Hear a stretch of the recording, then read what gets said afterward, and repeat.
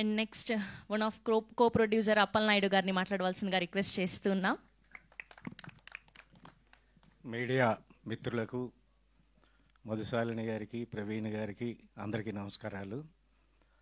ఈ సినిమా నిర్మాణం నుంచి నేను దాదాపు ముగింపు వరకు చూశాను.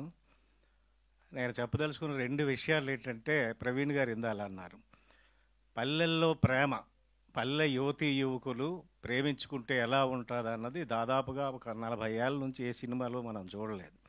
పట్నంలో ప్రేమించుకోవడం, యాసిడ్లు పోసుకోవడం తప్ప. ఇది నేచురల్గా ఒక యువతీ యువకులు పల్లెల్లో చదువుకొని ఉపాధి వెతుక్కుంటూనే ఉపాధి మార్గంలోనే ప్రేమపడి చివరికి ఏమవుద్ది అన్నది ముఖ్యంగా ఒకటి, అది ఒక అంశం. రెండోది, తెలుగు సినిమాలో కళింగాంధ్ర వైపు శ్రీకాకుళం, విశాఖపట్నం, అరకు వరకు వచ్చారే తప్ప అది దాటి రాలేదు. చాలా అందమైన ప్రదేశాలు, ఆకుపచ్చని ప్రదేశాలు ఈ సినిమాలో చూస్తాం.